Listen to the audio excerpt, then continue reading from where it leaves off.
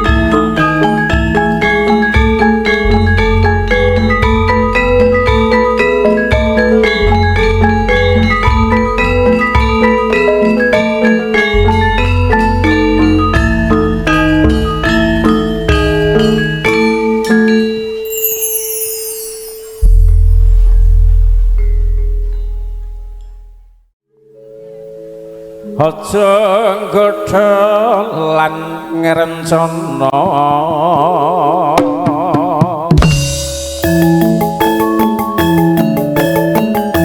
apa ningsun ya sejatine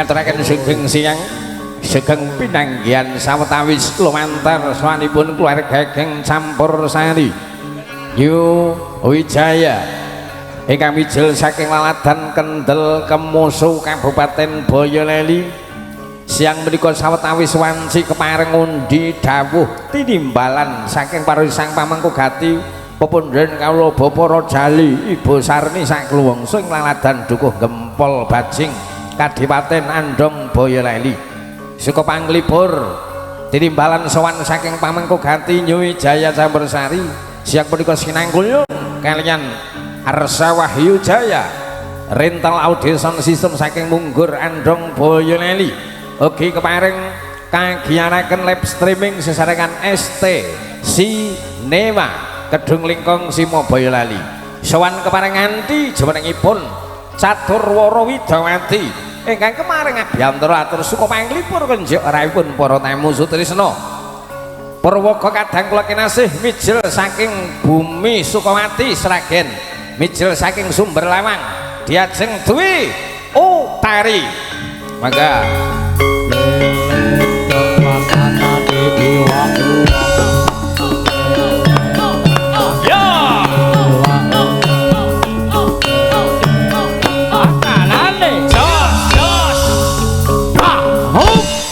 Dinampen kadang Widawati gimijil saking laladan Bumi Sragen diajeng Clarissa ngabiyantara sawan kadang-kadang Nyu Wijaya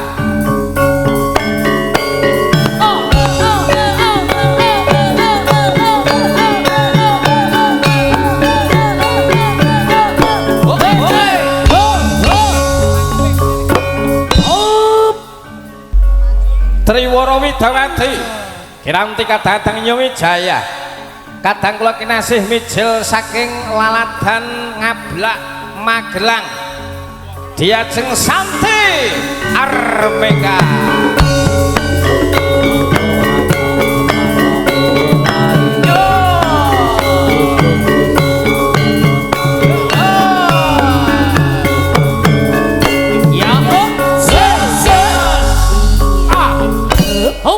mijil saking laladan Sukoharjo Makmur laladan Kartosuro sawanipun diajeng Windy Santika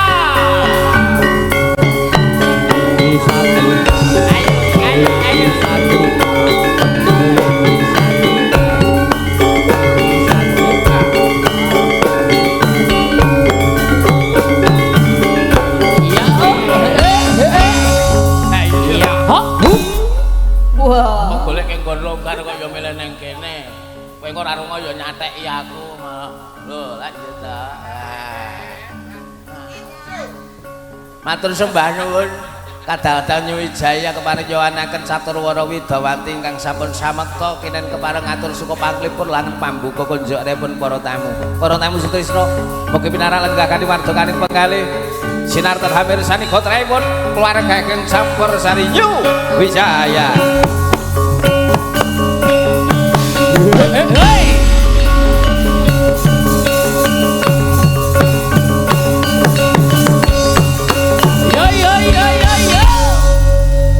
Atur lengan pambuka katuraken para kadang semangga.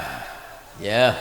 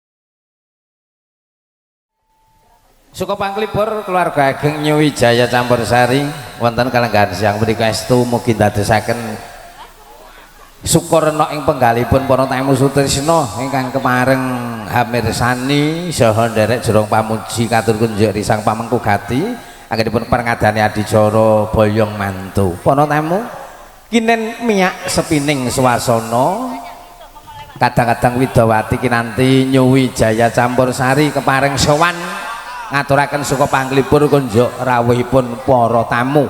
Jangkeping para kadang Widawati ingkang sowan Dik Windi, ayo sliramu gandeng isih teka ya lungguh dhisik dipenakake karo ngunjuk-ngunjuk dhisik ya nak.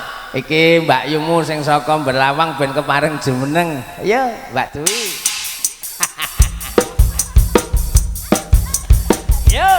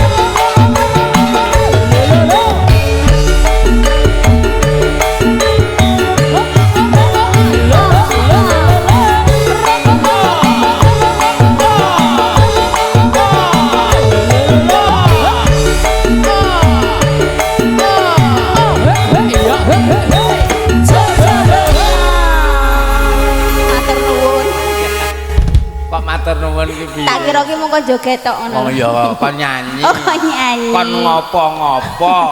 Iki ya jenenge seniman awake dhewe dituntut ning kene ngaturke suka Panglipur. Suka Panglipur ya. Ora kun joget tok ya nyanyi barang, yang ngaturke donga. Donga. Iki matur nuwun sanget kalian pamengku gati Bapak Rojali. Enjing. Sak keluarga. Nimbali awake dhewe lumantar kanca-kanca Nyuwijaya sowan ngaturke suka Panglipur. Namung saderenge ya ngaturke jurung pamuji pantungo tumrap penganten sarimbit anggenipun kepareng marwani palakrama mugi pinastya dadi jatuh kramane. Amin. Kasipatan wahyu jodoh kang sejati, sakinah mawaddah warahmah kang kaesti. Amin. Amin Allahumma amin. Nggih. Seneng orang kaya awan iki penganten diboyong ning boyong Pol Bajing. Pol Bajing. Kadipaten. Pol Bajing. Iya, kondange celukane ning Pol Bajing. Pokoknya angger sing keri dhewe kuwi aku apal. Apal kuwi. Mbiyen gaweamu. Iya, Lawas iki ya. Kowe iki rasamu. Ndak aku saiki wis tertib mangsamu iki. Alhamdulillah ya. Lah ditutke terus. Oh, alah. Dadi mergo mbiyen tak tertib iki blas oleh nek satpame. Ora dijarke. Yo ngaturke suka Panglipur. Nggih, ngaturaken kawilujengan dumateng Bapak Ibu besan saking Pakis, Nak. Pakis ki ngendi? Kacangan. Aku ya mantan kono ya. Apa iya to? Lah aku mbiyen ya wong daerah kono ngandong. Lah kok iso saiki teko Berlawang iki ngopo kowe? Ngetutke jago. Nggih, ngaturaken kawilujengan, wilujeng lelenggahan kanthi sekeca. Iya. Wis Mas ngono tok wae. Iya. Saiki ngaturke nyanyi to. Nyanyi. Larase barang. Barang manut. Ya hene ngetokke barang gak apa-apa. Ora apa-apa.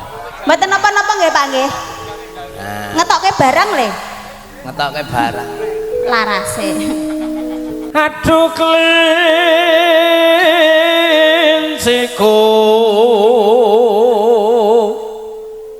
ojo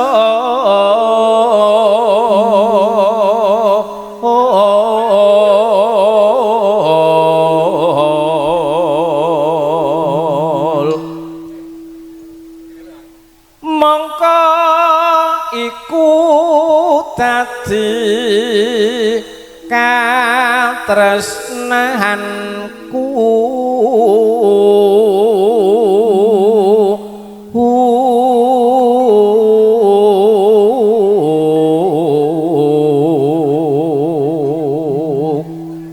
ngalor ngidul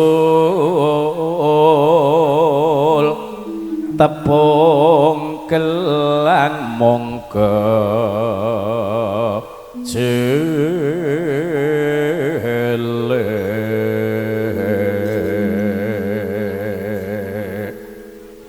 saiba bongah rasaku yen peli bakal tak pondok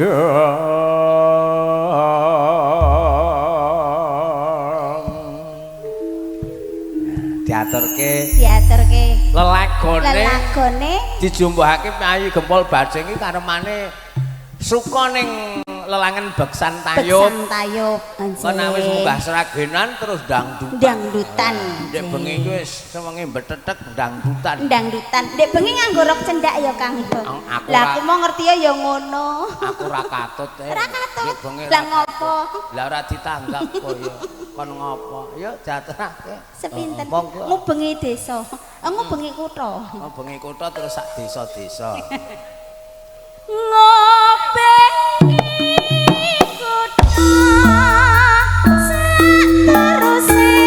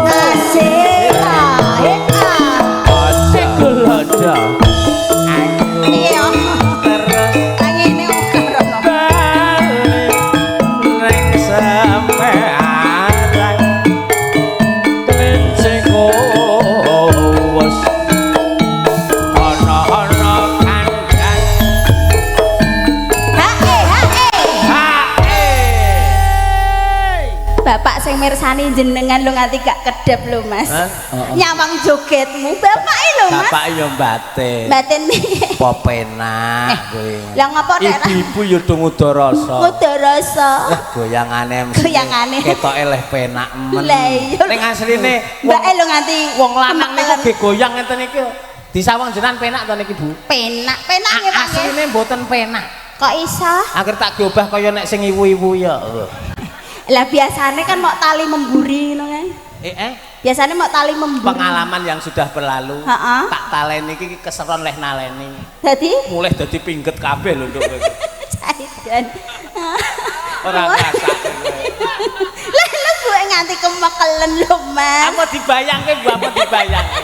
Ampun bayangke. Terus bayangke wong wedok kaya awakmu goyang model piye penak. Penak. Kuwi lumrah nek wong wedok.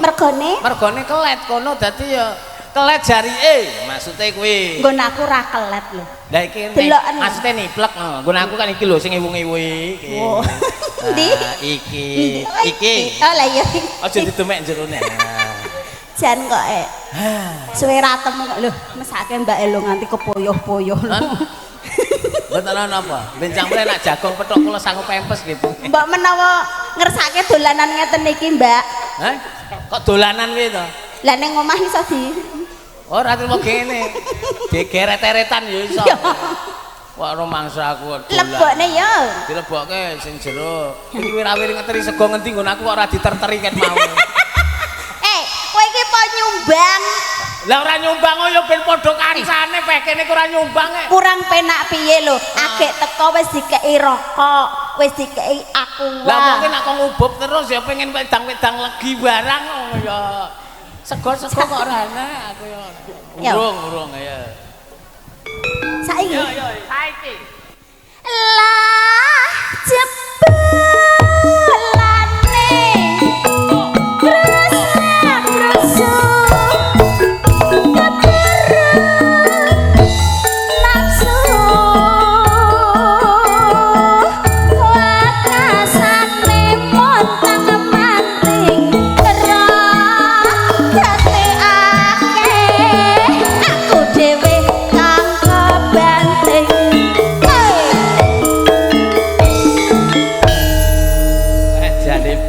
hebat sing ngendang yo hebat saiki nyawang ibu-ibu leh ku senenge ora seneng Mas ning ibu-ibu zaman saiki iki tenan beda bedane wong lanang kudu siap mental kok iso lho Mas kudu siap ragat piye maksudnya lho saiki iki kudu pinter golek duit wong lanang wong wedok saiki apa-apa arep tumindak apa ki kudu nganggo klambi anyar ngono kudu nganggo seragam ngoten nggih Bu nggih arep rewangan ngene iki ya seragaman arep hae ngono kae hae ya kaya seragaman senam jubah piknik ya seragaman piknik ya jagong ya seragaman sandale nak ora anyar ora iki pengalaman pribadine iki dhewe bojomu yang ngono kuwi kaya buke kuwi glothoke urung diilangi iki anyar sandale mripatmu ya amat men amat iki delok kas aku rewangan iki bojoku ya gur njaluk sandangan wae jenenge jaman milenial kok mangsamu lha wong jeroan wae ya seragam kok mosok to wih gak roh kowe lha sing arep oh saiki modele wong foto dadi ya seragam nggih matur sembah nuwun Mbak Wi salam panglipur awan iki gegandengan koncone akeh banget nek sing saka wilayah nggonamu ya saka Sragen Dik Clarissa ya aku tak gogok ya heeh karo diaturi jumeneng kene New Wijaya sepatu sing ya oke ser asoy Clarissa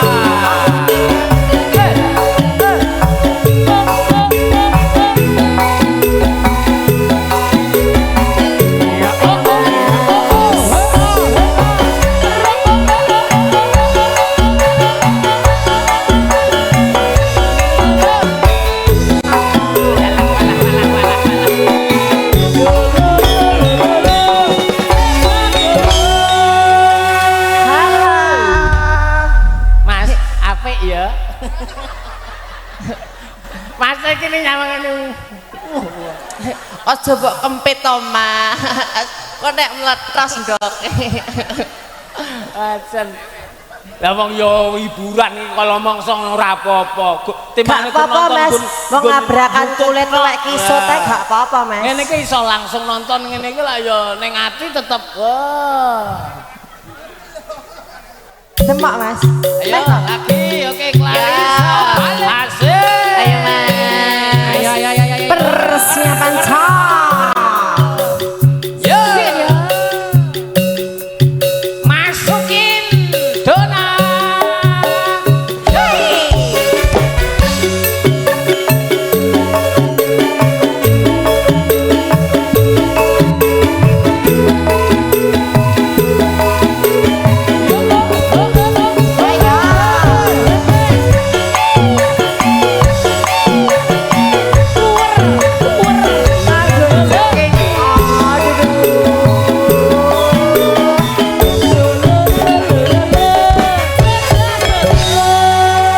kasih.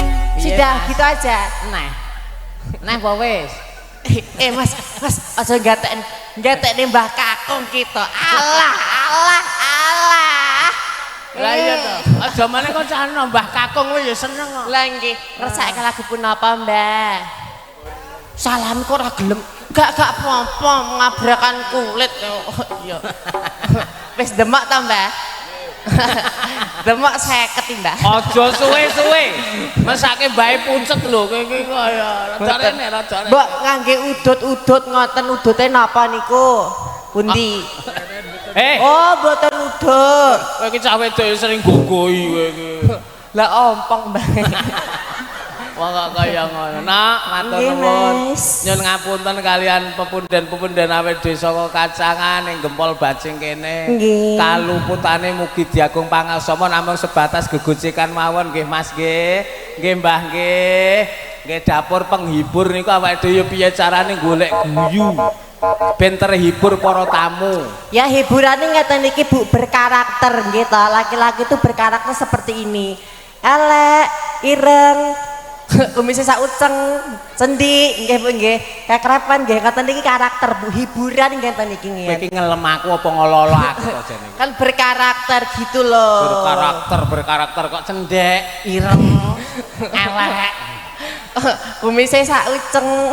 Ya ben wong ya entukku semene kok. Aku biasane iki yen ngemsi ngene iki nggawa brungos dawa teko kene. Masa kumisnya ngaceng gitu.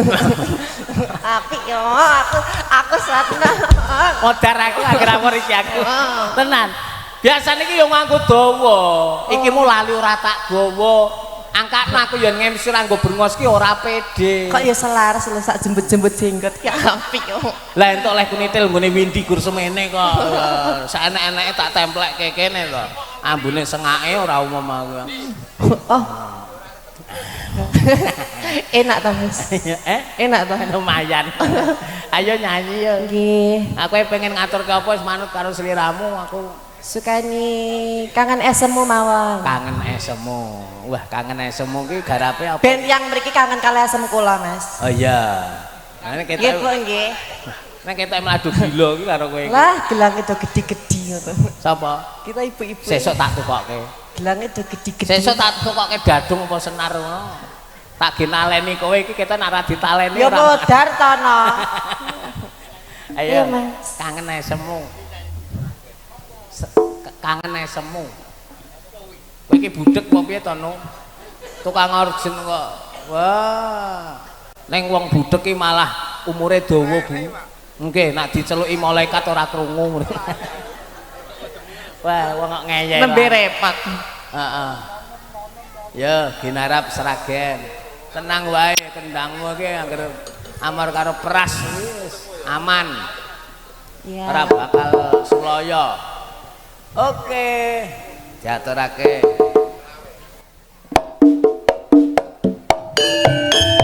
Ayo. Ayo yo.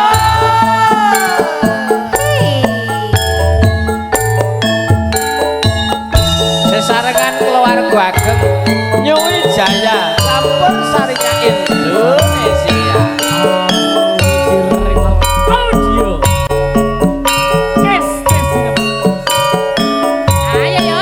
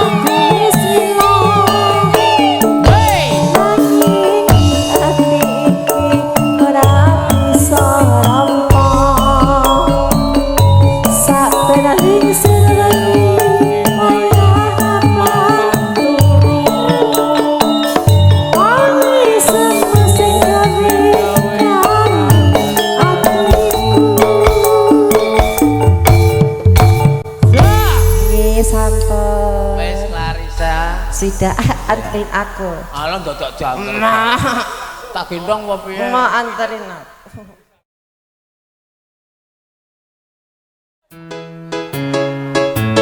Mbak we. Nggih. Selehno dhisik.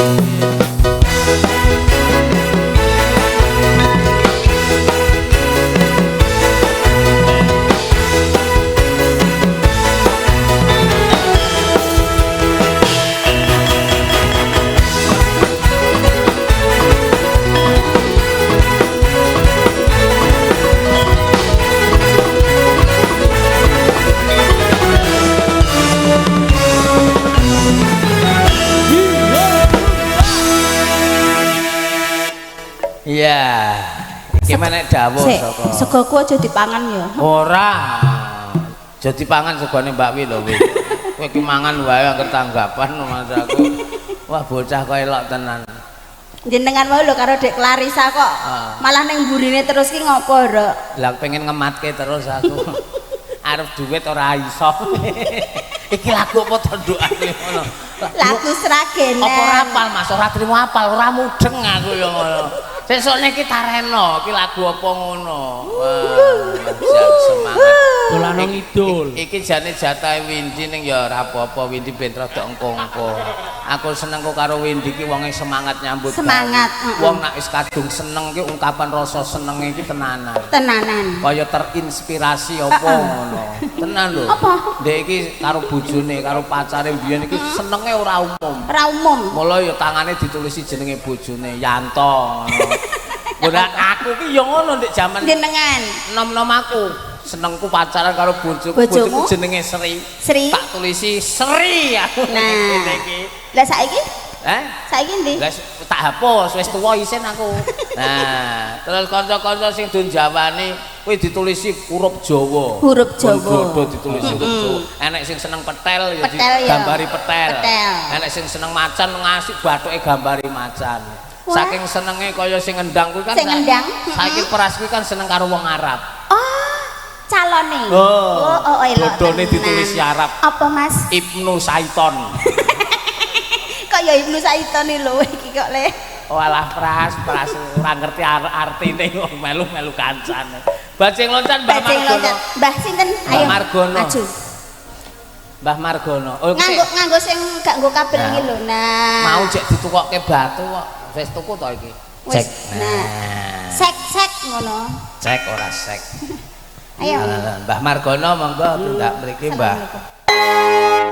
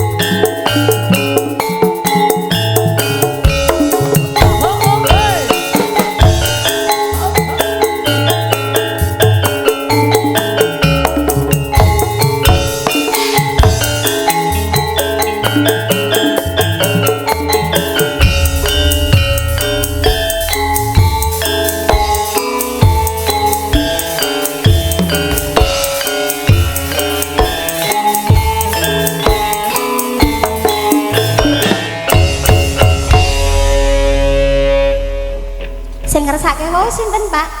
Mbah sinten wau? Pundi, Mbah? Lenggahe pundi? Non? Teng pawon. Walah, ya Allah kalau kok ya ndadak ning pawon sik wonten lho. Mbok ya siap-siap kok golek Mbah Margono barang selak kemeng tanganku leh depaplang kowe. Sengaja. Sari ya Kang ya wong ya awake dhewe iki suwe gak pethuk ngono. Ya pethuk aja mak-mak ngono kowe. Emange nek ora mau ditemek Dek Clarissa gak apa-apa, padahal tak demek gak gelem. Ah, kok tak demek genting. Alah iya. Aku tak batin wae. Iya. Kaya wani-wani ya. Oke.